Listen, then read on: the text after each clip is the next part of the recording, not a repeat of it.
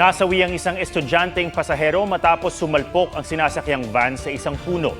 Dead on the spot naman ang isang mag-anak matapos bumangga ang kotse sa kasalubong na truck. May report si Mark Salazar.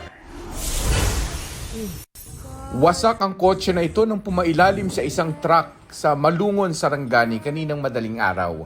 Ayon sa motoristang nakasaksi sa aksidente, nag-overtake ang kotse at napunta sa outer lane. Tila nawalan umano ito ng kontrol nang bumalik sa linya hanggang sa bumangga sa kasalubong na truck.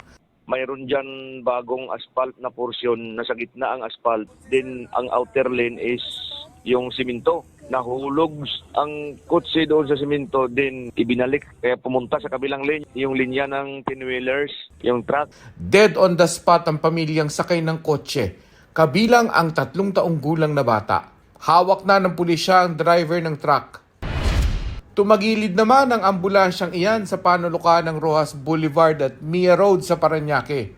Makikita pa ang driver sa loob ng sasakyan.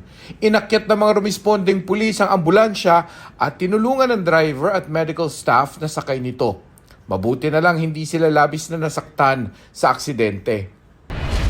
Patay naman ang isang estudyanteng lalaki matapos bumangga sa natumbang puno ang sinasakyang van for hire sa Tayasan, Negros Oriental. Kritikal ang lagay ng driver at 2 pang babaeng pasahero. Sa inisyal na investigasyon, posibleng nakatulog ang driver.